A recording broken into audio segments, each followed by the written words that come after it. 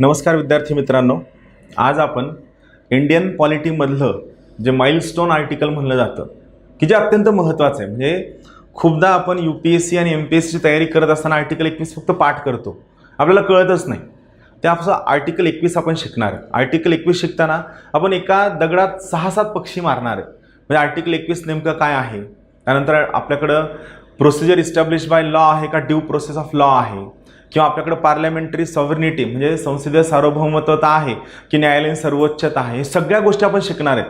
आजसाठी तुमच्या एक महत्त्वाचं टार्गेट आहे की हे फक्त एवढं एक आर्टिकल आपण शिकणार आहेत जो अत्यंत इंटरेस्टिंग आणि तुम्हाला स्वतःला, मला पर्सनली वाटतं की तुम्हाला स्वतःला खूप जास्त आवडेल असा हा महत्त्वाचा आणि इंटरेस्टिंग भाग आहे. चालेल, आपण शिकूया आर्टिकल 21.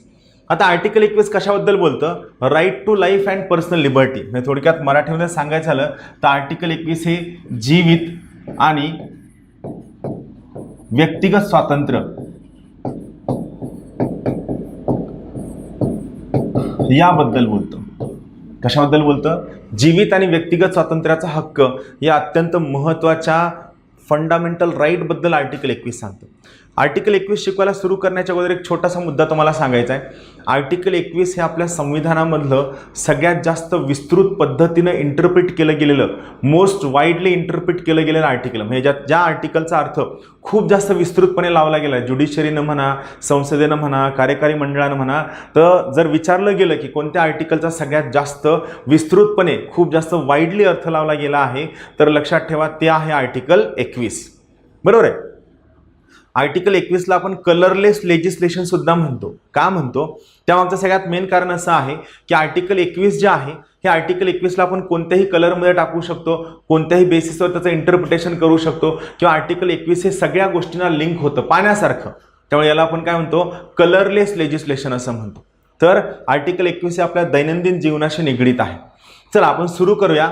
आर्टिकल 21 कशाबद्दल बोलतं? तर आर्टिकल 21 म्हणतं की प्रत्येक व्यक्तीला, परत एकदा सांगतो, आर्टिकल 21 हे फक्त भारतीय नागरिकांना उपलब्ध नाहीये. आर्टिकल 21 हे सर्व व्यक्तींना उपलब्ध आहे. मी तुम्हाला मागं शिकवलं होतं, फक्त 5 कलम अशी आहेत जी फक्त भारतीय नागरिकांना उपलब्ध आहेत. ती कलमं आहेत आर्टिकल 15, आर्टिकल 16, आर्टिकल 19, आर्टिकल 29 आणि आर्टिकल 30. ही 5 कलमं सोडली तर इतर सर्वच्या सर्व कलम ही सर्व व्यक्तींना उपलब्ध आहेत. तर त्या एक गटामधलं आर्टिकल 21 जे आहे हे सर्व व्यक्तींना उपलब्ध आहे, सर्वांना उपलब्ध आहे. ही सगळ्यात महत्त्वाची बाब आहे. चालेल, आपण शिकूया. माझं म्हणणं आहे की प्रत्येकानं हे पाहावं, तुमच्या मित्रांसोबत सुद्धा शेअर करा, कारण हे आर्टिकल प्रत्येकाला माहीत असायला हवं. चला आपण आता इमॅजिन करूया. आर्टिकल 21 शिकण्याच्या अगोदर मला थोडक्यात तुम्हाला एक महत्त्वाचं बॅकग्राऊंड सांगायचं. काय बॅकग्राऊंड आहे? चला, तुम्ही हे व्यक्ती आहात, बरोबर आहे. आता तुम्हाला या संविधानानं खूप सगळ्या प्रकारचे हक्क दिलेले आहेत.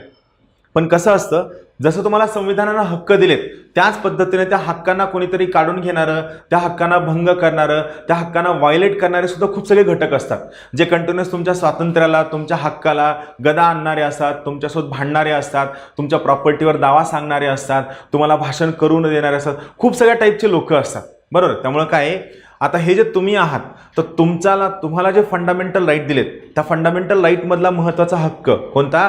जीवित आणि व्यक्तिगत स्वातंत्र्याचा हक्क. आता इथे जीवित आणि व्यक्तिगत स्वातंत्र्य या शब्दाचा अर्थ खूप मोठा निघतो. पहा, जीवित, समजा माझ्या सोसायटीच्या बाहेर खूप मोठा कचरा पडलाय आणि या कचऱ्याच्या दुर्गंधीमुळं मला बॅक्टेरियल, व्हायरल किंवा सगळे इन्फेक्शन्स व्हायला लागलेत आणि इन्फेक्शन्स झाल्यामुळं मला जीविताला धोका निर्माण झालाय, तर मी आर्टिकल 21 वापरू शकतो व मी महानगरपालिकेच्या विरुद्ध सुप्रीम कोर्टमध्ये तक्रार करू शकतो की यांनी यांचं काम योग्य पद्धतीनं न केल्यामुळं, माझ्या सोसायटीच्या बाहेर कचरा जमा झाल्यामुळं त्या ठिकाणी माझ्या जीवित आणि व्यक्तिगत स्वातंत्र्याला धोका निर्माण झालाय. आलं लक्षात? सरकारनं लॉकडाऊन टाकले आणि सरकारने लॉकडाऊन टाकल्यामुळं त्या ठिकाणी मी माझ्या स्वतःच्या गोष्टी एन्जॉय करू शकत नाही, माझं व्यक्तिगत स्वातंत्र्य अफेक्ट झालंय, मी याच्या अंतर्गत सुद्धा कोर्टाकडे जाऊ शकतो. कोर्ट ठरवल माझं म्हणणं योग्य आहे की नाही, पण मला सुप्रीम कोर्टकडे जाण्याचा हक्क आहे. त्यामुळे लक्षात ठेवा, जीवित आणि व्यक्तिगत स्वातंत्र्य हा जो मुद्दा आहे हा खूप लिबरली इंटरप्रिट केला गेलेला मुद्दा आहे. खूप विस्तृतपणे याचा अर्थ लावण्यात आलेला आहे. आता आपण काय करूया, हा जो व्यक्ती आहे या व्यक्तीला जो जीवित आणि व्यक्तिगत स्वातंत्र्याचा म्हणजे right to life and personal liberty जो दिलेला आहे, हे 4 घटक काढून घेऊ शकतात. 4 घटक असे आहेत जे या जीवित आणि व्यक्तिगत स्वातंत्र्याच्या हक्कावर गदा आणू शकतात. ते घटक कोणते कोणते आहेत? समजा ते घटक या इथं आहे, समजा महेश शिंदे आणि मुकेश अंबानी किंवा मुकेश अंबानीच्या ऐवजी आपण काय करूया, आपण इथं लिहूया रिलायन्स जिओ. म्हणजे या दोघांना आपण कोणत्या गटात टाकायचं, या दोघांना आपण टाकायचं खाजगी व्यक्ती किंवा संस्था. ही लोक तुमच्या जीवित आणि व्यक्तिगत स्वातंत्र्याचा हक्क काढून घेऊ शकतात. हा एक गट आहे. दुसरा महत्वाचा गट आहे तो म्हणजे न्याय व्यवस्था. आपण काय करतोय, आपण प्रोबॅबिलिटी चेक करतोय की कोण कोण तुमचा जीवित आणि व्यक्तिगत स्वातंत्र्याचा हक्क काढून घेऊ शकतो. दुसरा आहे न्याय व्यवस्था. त्यानंतर तिसरा आहे संसद, ज्याला आपण काय म्हणतो लेजिस्लेचर किंवा कायदे मंडळ. बरोबर आहे, कायदे मंडळ. आणि चौथा महत्वाचा घटक आहे तो आहे कार्यकारी मंडळ.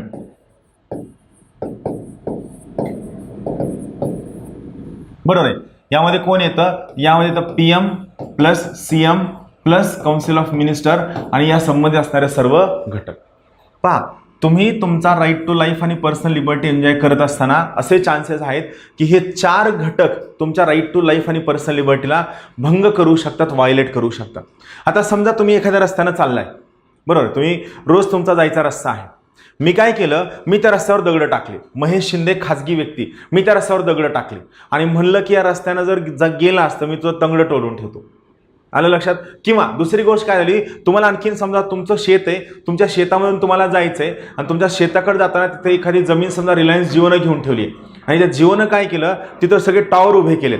बरोबर आहे. त्या टॉवरमुळे तुम्हाला तुमची बैलगाडी तुमच्या शेतामध्ये घेऊन जाता येत नाहीये, जो तुमच्या जीविताचा प्रश्न आहे. का? कारण त्या शेतावर तुमची उपजीविका चालते किंवा तो तुमच्या व्यक्तिगत स्वातंत्र्याचा हक्क आहे.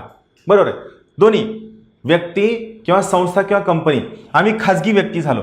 आता जर समजा या पर्टिक्युलर केसमध्ये मी किंवा एखाद्या कंपनीनं तुमचा जीवित आणि व्यक्तिगत स्वातंत्र्याचा हक्क काढून घेण्याचा प्रयत्न केला तर तुम्ही सरळ कोणाकडे जाऊ शकता, तुम्ही सरळ सरळ पोलिसांकडे जाऊ शकता. बरोबर आहे ना. तुम्ही पोलिसांकडे गेला, पोलीस त्या ठिकाणी येणार, म्हणणार तू रस्त्यावर दगड कसं काय टाकले, माझ्यावर गुन्हा दाखल होईल. अंबानीला म्हणणार हे टॉवर सगळे बाजूला सारायचे, तुम्ही तर टॉवर कसं काय उभे केले, किंवा त्या व्यक्तीला रस्ता करून द्यायचा. म्हणजे पहा, मी किंवा रिलायन्स जिओ किंवा कोणत्याही संस्थेनं जर तुमचा जीवित आणि व्यक्तिगत स्वातंत्र्याचा हक्क काढून घेण्याचा प्रयत्न केला, तुम्ही पटकन पोलिसांकडे जाऊ शकता. पोलीस तुम्हाला खूप क्विक रेमेडी देतील. आता देतील का नाही हा महत्त्वाचा प्रश्न आहे, तो वेगळा भाग आहे. पण काय होईल, पोलीस त्या ठिकाणी तुमची कंप्लेंट ऐकून घेतील, तुमची फर्स्ट इन्फॉर्मेशन रिपोर्ट लिहिली जाईल आणि तुम्हाला पटकन त्या ठिकाणी रेमेडी मिळेल. बरोबर, हा महत्त्वाचा मुद्दा. म्हणजे इथं महत्त्वाची गोष्ट काय, तुमचा जो जीवित आणि व्यक्तिगत स्वातंत्र्याचा हक्क आहे ते मी किंवा एखादी कंपनी सहजासहजी काढून घेऊ शकतो का? नाही.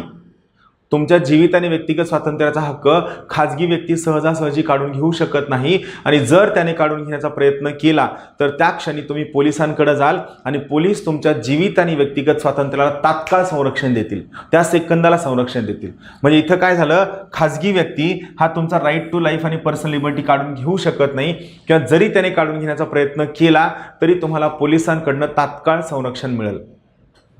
न्याय व्यवस्था, पहा, तसं पाहायला गेलं तर न्यायव्यवस्थेवरही बंधनं आहेत की त्यांनी संविधानाच्या चौकटीमध्ये राहून, कायद्याच्या चौकटीमध्ये राहून त्यांच्या समोर आलेल्या खटल्यांच्या बाबतीत त्याची योग्यता अयोग्यता तपासावी, स्वतःचं डोकं लावू नये.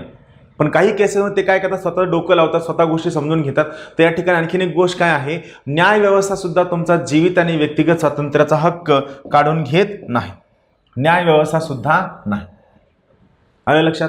दुसरा म्हणजे पहा, या 4 घटकांपैकी आम्ही जे 2 व्यक्ती आहोत, खाजगी व्यक्ती आणि न्यायव्यवस्था, हे दोघं जणही तुमच्या जीवित आणि व्यक्तिगत स्वातंत्र्याचा हक्क काढून घेऊ शकत नाहीत. का? न्यायव्यवस्था हे कोणत्याही प्रकारच्या अंमलबजावणीमध्ये इन्व्हॉल्व नसते. आणि जर मी किंवा कंपनीनं तुमचा लाईफ आणि पर्सनल लिबर्टी काढून घेण्याचा प्रयत्न केला तर त्या ठिकाणी तुम्ही लगेच कोर्टाकडे जाऊ शकता आणि तुम्ही कोर्टाकडे गेलात की त्या ठिकाणी तुम्हाला लगेच संरक्षण मिळेल. पोलिसांकडे गेला की लगेच तुम्हाला संरक्षण मिळेल. आलं लक्षात. एक महत्त्वाचा मुद्दा. आता हा पहिला भाग झाला. आता या ठिकाणी समजा संसदेने एखादा कायदा केला, आणि हा कायदा केल्यामुळे तुम्हाला वाटतंय की तुमचा जीवित आणि व्यक्तिगत स्वातंत्र्याचा हक्क भंग झालाय, तर मला सांगा, तुमचा जीवित आणि व्यक्तिगत स्वातंत्र्याचा हक्क संसदेमुळं किंवा राज्याच्या विधानसभेमुळे जर भंग पावला तर तुम्ही लगेच कोर्टाकडे जाता का? तुम्ही पोलिसांकडे जाऊ शकता का? माननीय PSI साहेब, इथं काय झालं की माझा जीवित आणि व्यक्तिगत स्वातंत्र्याचा हक्क संसदेच्या कायद्यानं भंग झालाय, तुम्ही लगेच जाऊन त्यांना अरेस्ट करा, असं होईल का? असं नाही होणार. का नाही होणार? कारण संसद किंवा विधानसभा ही कायदा करणारी महत्त्वाची संस्था आहे. या ठिकाणी तुम्ही पटकन त्यांच्या विरुद्ध पोलिसांकडे जाऊ शकत नाही. म्हणजे या ठिकाणी तुमच्या जीवित आणि व्यक्तिगत स्वातंत्र्याला यांच्यापासून संरक्षण आहे की नाही हे आपल्याला तपासावं लागेल. आपल्याला हे काय करावं लागेल? चेक करावं लागेल, प्रश्नचिन्ह. किंवा आज प्रधानमंत्र्यांनी आदेश काढला की उद्यापासून सगळ्यांनी घरात बसायचं, तर तुम्ही लगेच पोलीस स्टेशनला गेलाय, सर मला सकाळी सकाळी वॉकला जावं लागतं, वॉकला जाणं म्हणजे माझी लिबर्टी, माझं स्वतंत्र आहे, प्रधानमंत्र्यांनी सांगितलं घरात बसायचं, त्यांनी माझा फंडामेंटल राईट भंग पावलाय, तुम्ही काल कसं महेश शिंदेला अटक केलं तसं तुम्ही प्रधानमंत्र्यांना अटक करा, असं तुम्ही म्हणू शकता का? नाही म्हणू शकत. का? कारण ते संविधानिक पदावर असणारे महत्त्वाचे व्यक्ती आहेत. यांच्याविरुद्ध तुम्ही जरी गेलात तरी तुम्हाला इतक्या सहजासहजी संरक्षण मिळणार नाही. म्हणजे आपल्याला आर्टिकल 21 मध्ये हा प्रश्न सोडवायचा आहे की या व्यक्तीच्या जीवित आणि व्यक्तिगत स्वातंत्र्याला कायदे मंडळ आणि कार्यकारी मंडळ यांच्यापासून संरक्षण आहे की नाही. आलं? टार्गेट कळलं? आपल्याला आर्टिकल 21 मध्ये हे शिकायचं आहे की या व्यक्तीच्या जीवित आणि व्यक्तिगत स्वातंत्र्याला कायदे मंडळ आणि कार्यकारी मंडळ यांच्यापासून संरक्षण आहे की नाही हे आपल्याला शिकायचंय, हे आपल्याला तपासायचं आहे. हे आपला मेन एजेंडा आहे. हा आपला काय आहे? सगळ्यात मेन एजेंडा आहे, हे लक्षात ठेवा. चालेल? आता आपण बघूया की इथं नेमकं काय म्हणणं आहे, आपण समजून घ्या. चालेल? त्याच्या अगोदर कळलं टार्गेट काय आपल्याला हे बघायचं की याचा लाईफ आणि पर्सनल लिबर्टी हे दोघांपासून संरक्षण आहे की नाही हे तपासणं हे आपलं सगळ्यात मेन काम. आता पाहूया आपण. पहा आता इथं काय दिलंय पहा. Right to life and personal liberty, प्रत्येक व्यक्तीला जीवित आणि व्यक्तिगत स्वातंत्र्याचा हक्क असेल. आता हे इंग्लिशमध्ये का लिहिलंय? कारण ते सांगायला सोपं जातं. प्रोसिजर इस्टॅब्लिश बाय लॉ हे जे मराठीमध्ये थोडं किचकट भाषा वाटते म्हणून तुम्हाला सोपं सांगतो, इथं समजून जाईल. पहा आता आर्टिकल 21चा जो मेन गाभा आहे किंवा आर्टिकल 21ची जी मेन थीम आहे ती मेन थीम काय म्हणते पहा, लक्ष द्या. काय म्हणते main theme? No person shall be deprived. डिप्राइव्डला आपण मराठीमध्ये काय म्हणतो? डिप्राइव्ड म्हणजे हिरावून घेणे. हिरावून घेणे म्हणजे काय? काढून घेणे, हिसकावून घेणे. No person shall be deprived of his life and personal liberty. या वाक्याचा अर्थ काय होतो? कोणत्याही व्यक्तीचा जीवित आणि व्यक्तिगत स्वातंत्र्याचा हक्क हिरावून घेतला जाणार नाही. काय याचा अर्थ होतो? कोणत्याही व्यक्तीचा जीवित आणि व्यक्तिगत स्वातंत्र्याचा हक्क हिरावून घेतला जाणार नाही, हा याचा पहिला महत्त्वाचा उद्देश आहे. आलं लक्षात? सिंपल कन्सेप्ट आहे, हा अर्थ आहे. पण एक्सेप्टचा अर्थ काय होतो? याला आपण अपवाद म्हणतो. एक्सेप्ट म्हणजे काय? अपवाद. म्हणजे वरच्या वाक्याला अपवाद आहे. आता वरचं वाक्य काय आहे? कोणत्याही व्यक्तीचा जीवित आणि व्यक्तिगत स्वातंत्र्याचा हक्क हिरावून घेतला जाणार नाही, हिसकावून घेतला जाणार नाही, मात्र या वरच्या वाक्याला अपवाद आहे. अपवाद आहे याचा अर्थ काय? याचा अर्थ कोणत्याही व्यक्तीचा जीवित आणि व्यक्तिगत स्वातंत्र्याचा हक्क हिरावून घेतला जाऊ शकतो. बरोबर आहे? फक्त जर वरचं वाक्य वाचलं, खालचं ह्या ॲरोच्या वरचं वाचलं तर काय लक्षात येतं की कोणत्याही व्यक्तीचा जीवित आणि व्यक्तिगत स्वातंत्र्याचा हक्क काढून घेतला जाणार नाही. पण याच्या खाली काय? अपवाद आहे. म्हणजे वरच्या वाक्याला अपवाद आहे. याचा अर्थ काय? तो काढून घेतला जाऊ शकतो. कसा काढून घेतला जाऊ शकतो? Except procedure establish by law. Except काय? Procedure establish by law. आता पहा इथं महत्वाची गोष्ट, लॉ म्हणजे काय? लॉ म्हणजे कायदा. बरोबर आहे? कायदा. प्रोसिजर म्हणजे काय? पद्धत. इस्टॅब्लिश म्हणजे काय? ठरविलेली. म्हणजे मला सांगा, कोणत्याही व्यक्तीचा जीवित आणि व्यक्तिगत स्वातंत्र्याचा हक्क काढून घेतला जाणार नाही, मात्र याला अपवाद आहे. अपवाद काय आहे? कायद्याने ठरविलेली पद्धत. म्हणजे जर समजा कायद्याने एखादी पद्धत ठरविली तर त्या केसमध्ये मात्र त्या व्यक्तीचा जीवित आणि व्यक्तिगत स्वातंत्र्याचा हक्क काढून घेतला जाऊ शकतो. कायद्याने जर पद्धत ठरविली तर या केसमध्ये या व्यक्तीचा जीवित आणि व्यक्तिगत स्वातंत्र्याचा हक्क काढून घेतला जाऊ शकतो. आता महत्वाची गोष्ट, आपल्या इथं कायदा कोण करतं? कायदे मंडळ करतं. मग ते केंद्रामध्ये संसद असेल किंवा राज्यामध्ये विधिमंडळ असेल, यांचं काय असतं? कायदा असतं. कायदे मंडळानं कायदा केला, बरोबर आहे, आणि या कायद्यानं जर सांगितलं की याचा जीव काढून घ्या, याची लाईफ आणि पर्सनल लिबर्टी काढून घ्या, तर आपण काढून घेऊ शकतो का? आता येस, आपण काढून घेऊ शकतो. म्हणजे या व्यक्तीचा लाईफ आणि पर्सनल लिबर्टी कुणीच काढून घेऊ शकत नाही, फक्त त्याला एक अपवाद आहे. अपवाद काय आहे? कायद्याने ठरविलेली पद्धत. आणि कायदा कोण करतं? कायदा करतं संसद किंवा कायदा करतं तुमचं विधिमंडळ. कायदा कोण करतं? कायदा करतं तुमची संसद किंवा तुमचं विधिमंडळ हा कायदा करू शकतं. आणि सगळ्यात महत्त्वाची गोष्ट, संसद किंवा विधिमंडळानं कायदा करणं म्हणजे काय? याला आपण कायदेमंडळ हा शब्द वापरतो. याला आपण काय शब्द वापरतो? कायदेमंडळ. आता आपण मगाचा चार्टकडे येऊया. पहा, मगाशी आपण काय पाहितलं? हा व्यक्ती आहे, या व्यक्तीला लाईफ आणि पर्सनल लिबर्टी आर्टिकल 21 दिले. आर्टिकल 21 काय म्हणतं? कोणत्याही व्यक्तीचा लाईफ आणि पर्सनल लिबर्टी काढून घेतला जाणार नाही. बरोबर आहे. इथं हे 4 घटक आहेत, जे 4 घटक याचं लाईफ आणि पर्सनल लिबर्टी काढून घेऊ शकतात. पण यापैकी अगोदर 2 आपण कॅन्सल केलेत. कोणते 2 आपण कॅन्सल केलेत? खाजगी व्यक्ती आपण कॅन्सल केलाय, न्याय व्यवस्था आपण कॅन्सल केली आहे. या दोघांमधलं आपल्याला शोधायचं होतं. आता आपण आर्टिकल 21 वाचलो. 21 काय म्हणतं? कोणत्याही व्यक्तीचा जीवित आणि व्यक्तिगत स्वातंत्र्याचा हक्क काढून घेतला जाणार नाही, मात्र याला अपवाद आहे. अपवाद काय आहे? कायद्याने ठरविलेली पद्धत. आता मला सांगा, कायद्याने ठरवलेली पद्धत म्हणजे काय? कायदा जे म्हणाल ते. मला सांगा, कायदा कोण करतं? कायदेमंडळ का कार्यकारी मंडळ? कायदेमंडळ. कायदा कोण करतं? कायदेमंडळ करतं. कार्यकारी मंडळाचं काम काय आहे? त्याची अंमलबजावणी करणं. कार्यकारी मंडळ हे कायदा करत नाही. याचं काम आहे जो कोणता कायदा त्यांच्या समोर येईल त्याचा अंमलबजावणी करणं. म्हणजे मला सांगा, त्या वाक्यानुसार या व्यक्तीचा लाईफ आणि पर्सनल लिबर्टी कोण काढून घेऊ शकतं? फक्त लेजिस्लेचर काढून घेऊ शकतं, कार्यकारी मंडळ नाही. म्हणजे इथं लक्षात ठेवा, आर्टिकल 21 नुसार या व्यक्तीच्या लाईफ आणि पर्सनल लिबर्टीला कार्यकारी मंडळापासून सुद्धा संरक्षण आहे. कार्यकारी मंडळ या व्यक्तीचा लाईफ आणि पर्सनल लिबर्टी काढून घेऊ शकत नाही. मात्र कोण काढून घेऊ शकतं? कायदेमंडळ. कायदेमंडळ का काढून घेऊ शकतं? कारण तिथं वाक्य आहे, कायद्याने प्रस्थापित कार्यपद्धतीनुसार किंवा कायद्याने ठरविलेल्या कार्यपद्धतीनुसार, ज्याला आपण इंग्लिशमध्ये काय म्हणतो? Procedure established by law. आलं लक्षात? आता प्रोसिजर इस्टॅब्लिश बाय लॉ कोण करतं? कायदेमंडळ करतं. कायदेमंडळ म्हणजे कोण? संसद. म्हणजे मला सांगा, या केसमध्ये ऑल पॉवरफुल कोण झालं? या केसमध्ये ऑल पॉवरफुल कोण झालं? संसद ही ऑल पॉवरफुल झाली. कोण ऑल पॉवरफुल झालं? संसद ही ऑल पॉवरफुल झाली. म्हणजे पहा, इथं मी 2 वाक्य म्हणतो. आता आर्टिकल 21चं कन्क्लुजन काय निघतं? आर्टिकल 21चं कन्क्लुजन लक्षात ठेवा.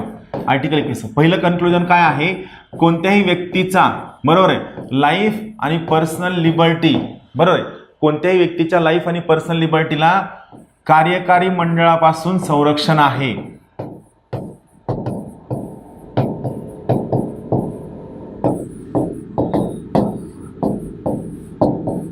कोणत्याही व्यक्तीच्या लाईफ आणि पर्सनल लिबर्टीला म्हणजे जीवित आणि व्यक्तिगत स्वातंत्र्याला कार्यकारी मंडळापासून संरक्षण आहे. म्हणजे कुणीही हे काढून घेऊ शकत नाही. कार्यकारी मंडळ, मंत्रिमंडळ काढून घेऊ शकत नाही. मात्र दुसरं कन्क्लुजन, कोणत्याही व्यक्तीच्या, या व्यक्तीच्या लाईफ आणि पर्सनल लिबर्टीला कायदेमंडळापासून संरक्षण नाही.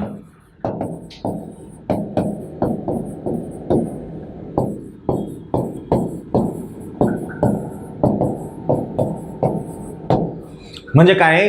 कायदेमंडळ हे संरक्षण काढून घेऊ शकतं. कायदेमंडळ काय करू शकतं? हे संरक्षण काढून घेऊ शकतं. कायदेमंडळानं जर कायदा केला की या व्यक्तीला मारून टाका, तर आर्टिकल 21 नुसार तुम्हाला त्याला मारून टाकावं लागल. हो, हाच अर्थ निघतो. का? कारण इथं सरळ सरळ मेन्शन केलेलं आहे. काय मेन्शन केलेलं आहे? कोणत्याही व्यक्तीचा जीवित आणि व्यक्तिगत स्वातंत्र्याचा हक्क हिरावून घेतला जाणार नाही. पण या वाक्याला एक अपवाद आहे. अपवाद काय? प्रोसिजर इस्टॅब्लिश बाय लॉ, म्हणजेच कायद्याने ठरवलेली पद्धत, कायद्याने प्रस्थापित कार्यपद्धत. म्हणजेच इथं ऑल पॉवरफुल कोण झालं? इथं कायदेमंडळ ऑल पॉवरफुल झालं, तर संसद ऑल पॉवरफुल झालं. आर्टिकल 21 नुसार काय झालं? संसद फुल्ली पॉवरफुल झालं. सगळे अधिकार कोणाकडे असतील? संसदेकडे असतील. आलं लक्षात? एवढं कळलं, हे आपण शिकणार आहेत. हे सगळं संपलं नाहीये. जेव्हा सगळ्यात शेवटी संपलं ना, त्यावेळेस तुम्हाला ऍक्च्युअल कळलं की भारतामध्ये काय आहे. हा फक्त याचा अर्थ झाला. आता ही पर्टिक्युलर केस घेऊन काही व्यक्ती कोर्टात गेले, सुप्रीम कोर्टमध्ये गेले. सुप्रीम कोर्टकडे गेल्यानंतर ती सगळ्यात पहिली केस आली, ती आहे ए.के. गोपालन केस. आता या ए.के. गोपालन केसमध्ये 1951ला आर्टिकल 21चा संक्षिप्त अर्थ लावण्यात आला. संक्षिप्त अर्थ म्हणजे काय? याला आपण इंग्लिशमध्ये म्हणूया नॅरो अर्थ लावण्यात आला. नॅरो इंटरप्रिटेशन म्हणजे काय? संक्षिप्त म्हणा किंवा संकुचित अर्थ लावण्यात आला, नॅरो इंटरप्रिटेशन करण्यात आलं. आर्टिकल 1921 गोपालन केसमध्ये 1951ला आर्टिकल 21चा संक्षिप्त संकुचित अर्थ लावण्यात आला आणि ते काय म्हणतं बघा, यानुसार आता सुप्रीम कोर्टचं जजमेंट पहा, यानुसार कोणत्याही व्यक्तीच्या लाईफ आणि पर्सनल लिबर्टीला कार्यकारी मंडळ म्हणजे कोण, प्रधानमंत्री प्लस चीफ मिनिस्टर प्लस त्यांचे मंत्रिमंडळ प्लस त्यांच्यासाठी काम करणारे इतर अधिकारी, या सगळ्यांना आपण कार्यकारी मंडळ म्हणतो. 21 गोपालन केसनुसार कोणत्याही व्यक्तीच्या लाईफ आणि पर्सनल लिबर्टीला कार्यकारी मंडळाच्या मनमानी म्हणजे मन मानल तसं आर्बिट्ररी ऍक्शन पासून संरक्षण आहे. म्हणजे काय, मंत्रिमंडळ कोणत्याही व्यक्तीचा लाईफ आणि पर्सनल लिबर्टी काढून घेऊ शकत नाही, मात्र कायदे मंडळाच्या मनमानी कारभारापासून संरक्षण नाही. म्हणजे काय, कायदे मंडळानं कोणताही कायदा केला तरीही तुम्हाला तो कायदा फॉलो करावा लागेल. का? कारण आर्टिकल 21 असं म्हणतं की कोणत्याही व्यक्तीचा जीवित आणि व्यक्तिगत स्वातंत्र्याचा हक्क काढून घेतला जाणार नाही except procedure establish by law पासून संरक्षण आहे. मात्र कायदे मंडळाच्या मनमानी कारभारापासून संरक्षण नाही. कायदे मंडळ म्हणजे संसद तुमचा राईट टू लाईफ आणि पर्सनल लिबर्टी सहजासहजी हिरावून घेऊ शकते, त्यावर कोणतंही बंधन नाही. याचा अर्थ काय होतो, कायदे मंडळ एखाद्या व्यक्तीची लाईफ आणि पर्सनल लिबर्टी हिरावून घेऊ शकते आणि या लाईफ आणि पर्सनल लिबर्टीला कायदे मंडळाच्या म्हणजे संसदेच्या कायद्यांपासून संरक्षण नाही, मात्र मंत्रिमंडळाच्या ऍक्शनपासून मात्र संरक्षण आहे. म्हणजे एखाद्या मंत्र्यानं जर तुमच्या विरुद्ध मनमानी पद्धतीने वागण्याचा प्रयत्न केला तर तुम्ही कोर्टात जाऊ शकता, मात्र कायदे मंडळानं मनमानी पद्धतीने वागलं तर आर्टिकल 21 नुसार तुम्ही सुरुवातीला 21 गोपालन केस नंतर असं कोर्टात जाऊ शकत नव्हता, कारण त्यांचं म्हणणं होतं की त्यांना 100% अधिकार आहे. आलं लक्षात? आता ही पहिली 21 गोपालन केस, याचाच अर्थ काय होतो, जेव्हा कायदे मंडळ तुमचा राईट टू लाईफ आणि पर्सनल लिबर्टी काढून घेऊ शकते, याचाच अर्थ काय होतो, याला आपण म्हणतो प्रोसिजर इस्टॅब्लिश बाय लॉ. मराठीत आपण याला काय म्हणतो, कायद्याने प्रस्थापित कार्यपद्धत.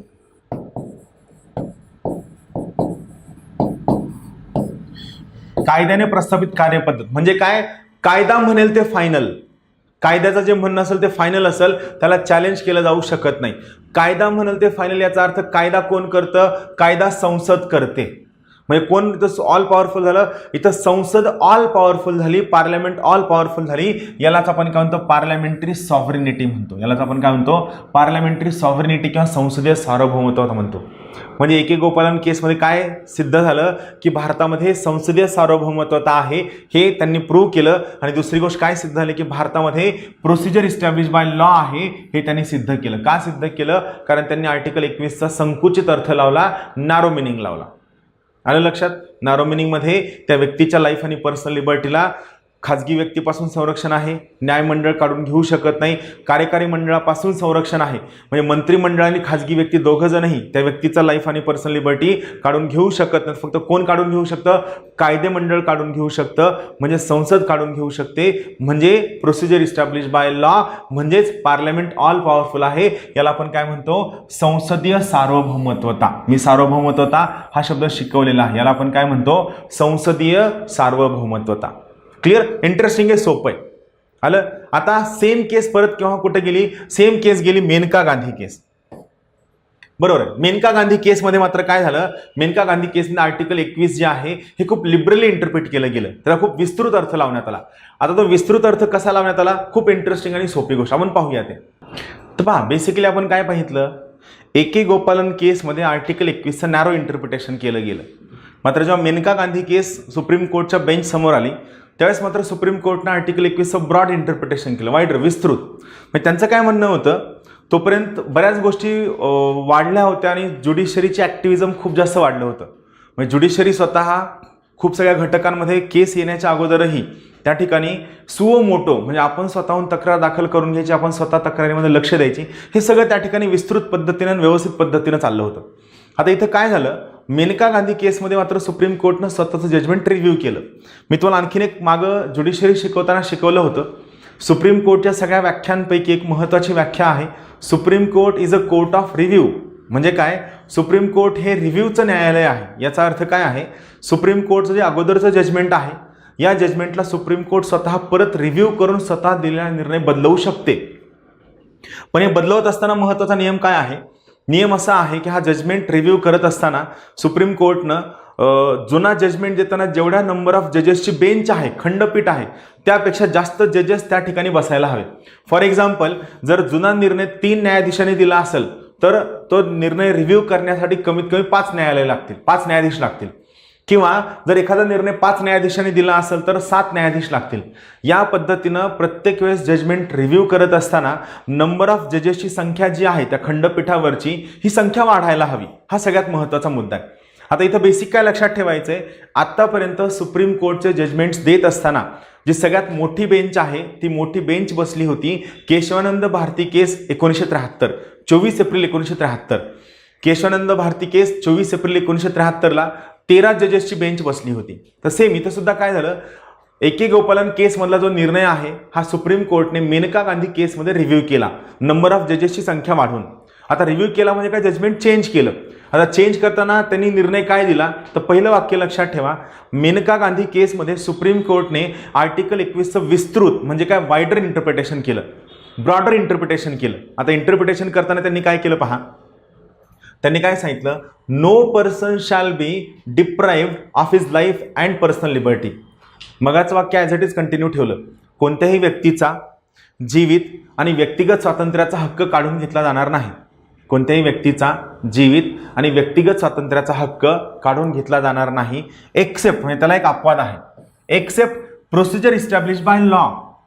म्हणजे काय, जे जुनं जजमेंट होतं त्यांनी ॲज इट इज कंटिन्यू ठेवलं.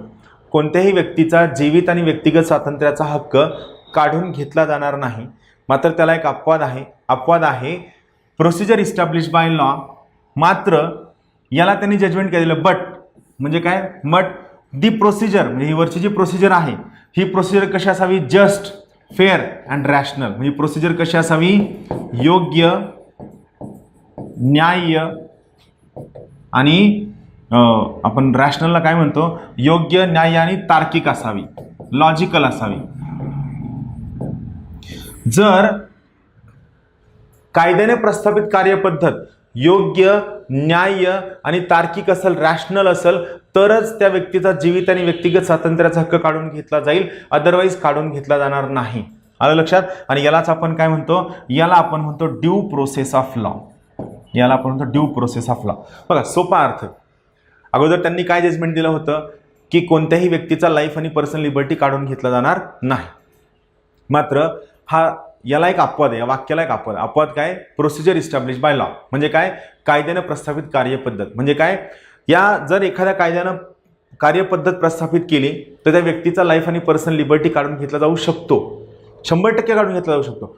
मात्र परत त्यांनी त्याला एक जजमेंट ॲड केलं, मात्र ही जी कार्यपद्धत आहे म्हणजे प्रोसिजर इस्टॅब्लिश बाय लॉ आहे, म्हणजे संसदेने केलेला किंवा विधिमंडळाने केलेला कायदा, ही जी कार्यपद्धत आहे ही कार्यपद्धत कशी असावी, ही कार्यपद्धत योग्य असावी, न्याय्य असावी, तार्किक असावी. ही कार्यपद्धत योग्य, न्याय्य, रॅशनल, तार्किक असावी. म्हणजे मला सांगा, आता संसद, जे मगाशी आपण वाक्य वाचलं, काय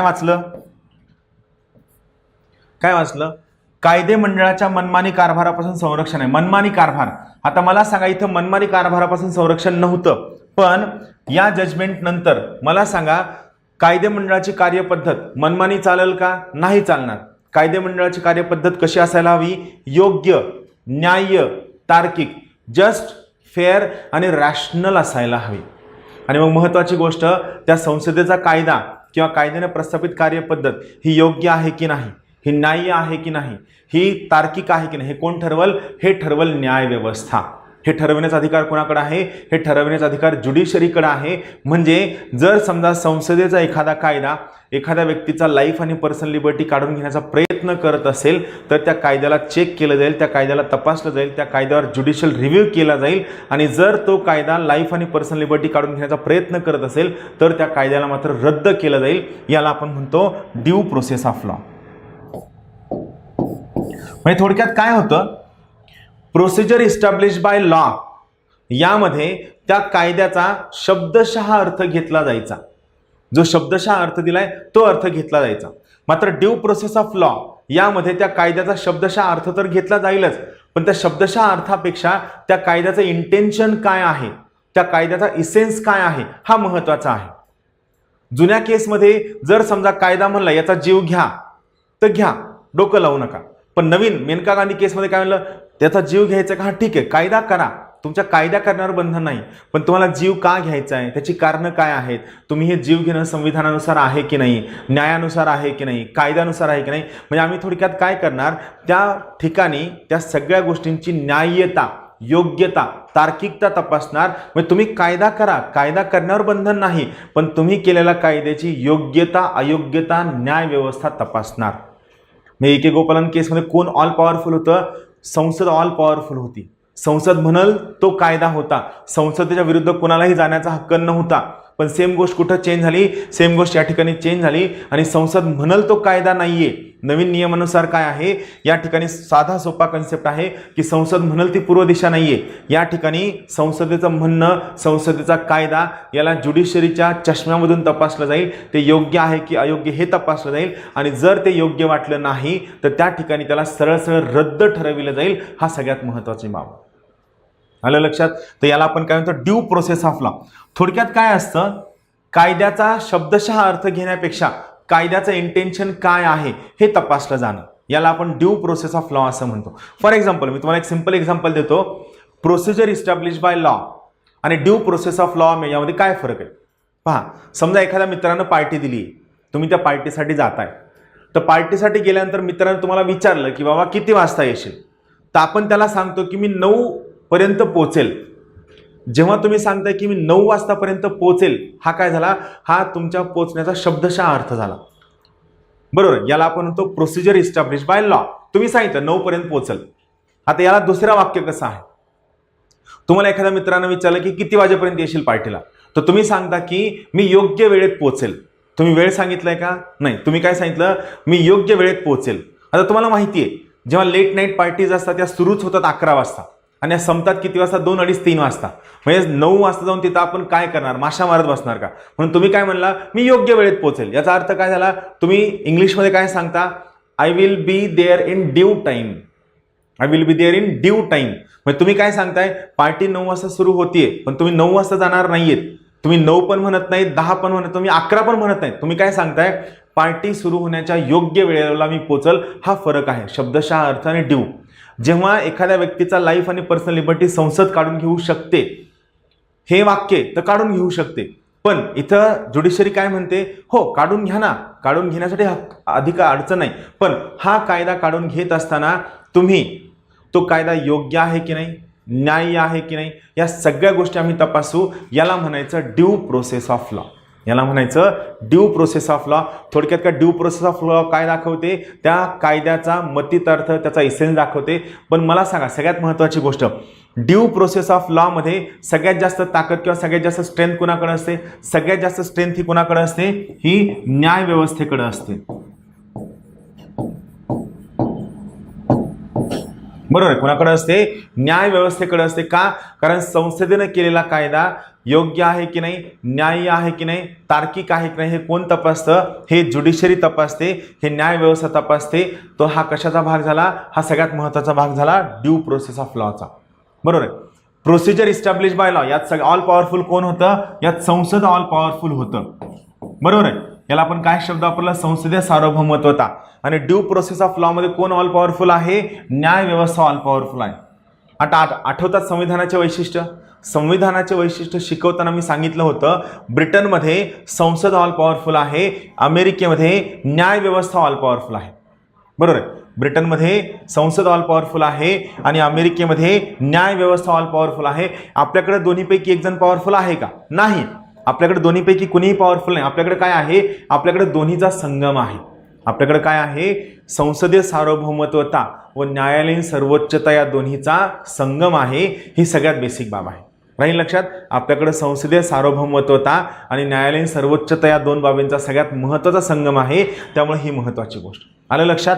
इथं पहा, म्हणजेच एखाद्या व्यक्तीच्या लाईफ, आता या मेनका गांधी केस नंतर, म्हणजेच एखाद्या व्यक्तीच्या लाईफ आणि पर्सनल लिबर्टीला कार्यकारी मंडळ आणि कायदे मंडळ दोघांच्याही मनमानी ॲक्शन पासून संरक्षण उपलब्ध आहे. म्हणजे मेनका गांधी केस नंतर फक्त कार्यकारी मंडळापासूनच नाही तर कायदे मंडळाच्या सुद्धा मनमानी ॲक्शनपासून त्यांच्या याला संरक्षण आहे. सगळ्यात महत्त्वाची बाब आहे, एखाद्या व्यक्तीच्या लाईफ आणि पर्सनल लिबर्टीला कार्यकारी मंडळ आणि कायदे मंडळ दोघांच्याही मनमानी ॲक्शनपासून संरक्षण आहे. यालाच आपण काय म्हणतो, याला आपण ड्यू प्रोसेस ऑफ लॉ असं म्हणतो. याचाच अर्थ काय आहे, याचाच अर्थ भारतामध्ये पार्लमेंटरी सॉव्हरेनिटी आणि ज्युडिशियल सुप्रिमेसी याचा सिंथेसिस आहे, म्हणजे आपण शिकलेलो आहोत. आलं लक्षात. इथे एक छोटासा मुद्दा परत एकदा तुम्हाला सांगतो, जस्ट एक रिव्हिजन म्हणून लक्षात ठेवा. इंग्लंडचा जर आपण विचार केला तर UK मध्ये काय आहे, UK मध्ये संसदीय सार्वभौमत्वता आहे. म्हणजे इंग्लिशमध्ये आपण याला काय म्हणतो, इंग्लिशमध्ये आपण याला पार्लमेंटरी सॉव्हरेनिटी म्हणतो, बरोबर आहे. आणि इंग्लंडमध्ये काय आहे, प्रोसिजर इस्टॅब्लिश बाय लॉ आहे. म्हणजे संसद जे म्हणाल ते फायनल असेल, याला आपण चॅलेंज करू शकत नाही. प्रोसिजर इस्टॅब्लिश बाय लॉ आहे इंग्लंडमध्ये, बरोबर आहे. आणि अमेरिकेमध्ये काय आहे, तर अमेरिकेचं लक्षात ठेवा, अमेरिकेमध्ये न्यायालयीन सर्वोच्चता आहे, ज्युडिशियल सुप्रिमेसी. अमेरिकेमध्ये न्यायालयीन सर्वोच्चता आहे, बरोबर आहे. म्हणजेच काय, अमेरिकेमध्ये ड्यू प्रोसेस ऑफ लॉ आहे.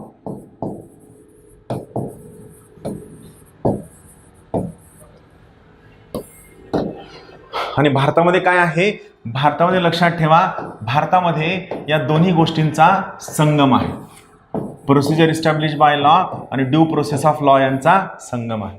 म्हणजे काय, भारतामध्ये आपली संसद हवा तो कायदा करू शकते, कायदा करण्यावर बंधन नाही, पण हा केलेला कायदा योग्य आहे की अयोग्य हे तपासण्याचा अधिकार आपल्या ज्युडिशरीला आहे. म्हणजेच भारतामध्ये प्रोसिजर इस्टॅब्लिश बाय लॉ आणि ड्यू प्रोसेस ऑफ लॉ यांचा संगम आहे.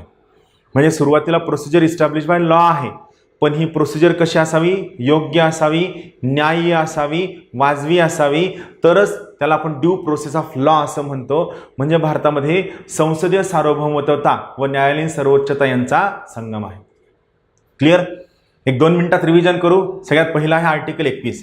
त्याच्या अगोदर छोटासा मुद्दा, आर्टिकल 21 एवढं लिबरली इंटरप्रिट केलं गेलेलं आहे की तुम्ही आर्टिकल 21ला काहीही लिंक करू शकता. Right to information, right to clean water, right to clean environment, right from all noise pollution, हा सगळा तुमच्या आर्टिकल 21 मध्ये येतो. एवढं आर्टिकल 21ला लिबरली इंटरप्रिट केलं गेलेलं महत्त्वाचं आर्टिकल आहे. राहील लक्षात. हे सगळ्यात बेसिक मुद्दे जे तुम्हाला माहीत असायला हवे, बरोबर. म्हणजे थोडक्यात काय की सर मोठ्यानं बोलू नका, तुम्ही मोठ्यानं बोलल्यामुळे खूप मोठं नॉईज पोल्युशन होतं आणि त्या नॉईज पोल्युशनमुळं मला त्रास होतो, तर यामुळं आर्टिकल 21ने तुमच्या मोठ्यानं बोलल्यामुळं माझ्या जीविताला धोका आहे, तुम्ही मोठ्यानं बोलू नका, हे सुद्धा त्या ठिकाणी विरोध केला जाऊ शकतो. आलं लक्षात. हे आर्टिकल 21 आहे, the most liberally interpreted article of Indian constitution. राहील लक्षात. हे एकदा मुद्दा कळला की तुम्हाला क्लिअर आहे. चालेल. आता बघा, मी 2 मिनिटात रिव्हिजन करून देतो, हे महत्त्वाचं आहे.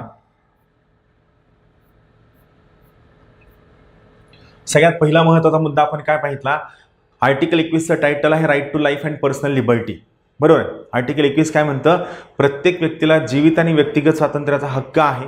हा हक्क कोणीही हिरावून घेणार नाही, मात्र कायद्याने प्रस्थापित कार्यपद्धत म्हणजे प्रोसिजर इस्टॅब्लिश बाय लॉ नुसार तुम्ही ही हिरावून घेऊ शकता. पहिला मुद्दा म्हणजे काय, ही जेव्हा ही केस AK गोपालन केसमध्ये गेली त्यावेळी सुप्रीम कोर्टनं आर्टिकल 21चं नॅरो इंटरप्रिटेशन केलं आणि सुप्रीम कोर्ट स्वतः म्हणतं की आर्टिकल 21 नुसार कोणत्याही व्यक्तीच्या लाईफ आणि पर्सनल लिबर्टीला कायदे मंडळाच्या मनमानी ॲक्शनपासून संरक्षण नाही, फक्त कार्यकारी मंडळापासून संरक्षण आहे.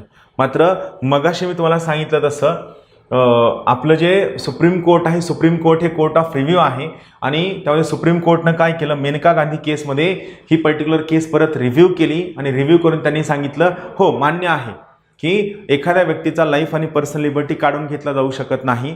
हा काढून घेताना तो फक्त कायद्याने प्रस्थापित कार्यपद्धतीनुसारच काढून घेतला जाऊ शकतो. मात्र ही कार्यपद्धत कशी असावी, योग्य असावी, न्याय्य असावी, वाजवी असावी, तार्किक असावी, तरच त्या व्यक्तीचा लाईफ आणि पर्सनल लिबर्टी काढून घेतला जाऊ शकतो. अदरवाईज तो right to life and personal liberty काढून घेतला जाणार नाही. म्हणजेच गोपालन केसमध्ये जे शिक्कामोर्तब झालं होतं प्रोसिजर इस्टॅब्लिश बाय लॉ आणि संसदीय सार्वभौमत्वता, याला परत काय झालं, मेनका गांधी केसमध्ये रिव्ह्यू करण्यात आलं आणि सांगण्यात आलं की ही जी प्रोसिजर इस्टॅब्लिश बाय लॉ आहे ही योग्य असावी, न्याय्य असावी, तार्किक असावी. म्हणजेच आपल्याकडे काय आहे, आपल्याकडे ड्यू प्रोसेस ऑफ लॉ आहे. म्हणजेच काय आहे आपल्याकडं ड्यू प्रोसेस ऑफ लॉ आहे आणि ड्यू प्रोसेस ऑफ लॉ काय दाखवतं संसदीय सार्वभौमत्वता व न्यायालयीन सर्वोच्चता या दोन्हीचा योग्य असा संगम दाखवतो. त्यामुळे आर्टिकल महत्त्वाचं आहे. सगळ्यांनी लक्षात ठेवा हे आर्टिकल 21 का महत्त्वाचं आहे. आर्टिकल 21च्या आधारावर आपल्याला खूप सगळ्या गोष्टी शिकायच्या आहेत. मी तुम्हाला खूप एमर्जन्सी टॉपिक शिकवताना एक महत्त्वाचं वाक्य सांगितलं होतं. आर्टिकल 20 आणि 21ने दिलेले फंडामेंटल राईट्स हे कोणत्याही केसमध्ये सस्पेंड होत नाहीत हे तुम्हाला सांगितलं होतं. इतर सगळे फंडामेंटल राईट नॉर्मली कोणत्या केसमध्ये सस्पेंड होऊ शकतात. फक्त महत्त्वाचा मुद्दा आहे आर्टिकल 20 आणि 21ने दिलेले फंडामेंटल राईट कोणत्याही केसमध्ये सस्पेंड होत नाहीत. काल आपण आर्टिकल 20 शिकलो, आज आपण आर्टिकल 21 शिकले. सगळ्यात महत्त्वाचं आर्टिकल आहे आणि मला वाटतं की हे तुम्हाला कळलेलं. जर कळलं तर तुमच्या सगळ्या रिस्पॉन्सेस कमेंटमध्ये नक्की कळवा. Thank you very much. Have a good day. Thank you.